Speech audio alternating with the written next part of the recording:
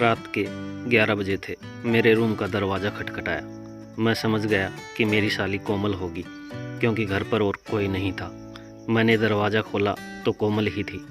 वह 15 वर्ष की है, लेकिन उसे देखकर कोई नहीं कह सकता कि वह 15 वर्ष की है। वह तो देखने में 20-22 साल की लग रही थी। वह काजल से भी सुंदर है। काजल मेरी पत्नी है। वह हॉस्पिटल में है। वह मेरे बच्चे को जन्म देने वाली है, इसलिए उसे आज हॉस्पिटल में भर्ती कराई है। हमारी शादी को 5 साल हो गए हैं। मैं घर में अकेला हूँ। काजल से मेरी मुलाकात मेरे ऑफिस में हुई थी और हम दोनों प्यार करने लगे। हम शादी करना चाहते थे, तो हमारी शादी से उनके घर वाले राज़ी नहीं थे, तो किसी तरह हमने उनको मनाया। तब कोमल 10 साल की छोटी बच्ची थी, तो मैंने उसकी तरफ ज़्यादा ध्यान नहीं दिया।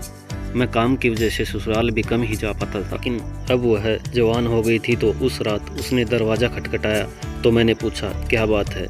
तो उसने कहा मुझे दूसरे कमरे में डर लग रहा है, मुझे अकेले रहने की आदत नहीं है। तो मैंने कहा ठीक है। वो मेरे बेड पर सो गई और मैं अपना लैपटॉप बेड से उठाकर सोफे की तरफ जाने लगा। तो कोमल ने कहा जीजू आप यहीं काम कर सकते हो, मुझे दिक्कत नहीं। और मैं वहीं काम करने लगा। मेरा ध्यान बार बार कोमल पर जा रहा था, तो मैं वहीं सो गया। थोड़ी देर बाद मेरी आँख खुली तो कोमल मेरे जिस्म को छू रही थी, जैसे वो मेरी पत्नी हो।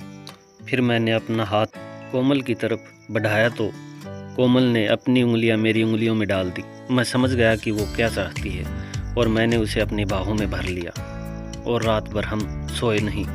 सुबह मुझे काजल के पास जाना था, तो मैं जल्दी घर से निकल गया, क्योंकि काजल के पास उसकी मम्मी थी और मेरा अपना कोई था नहीं, इसलिए कोमल को घर का काम करने के लिए बुलाया था।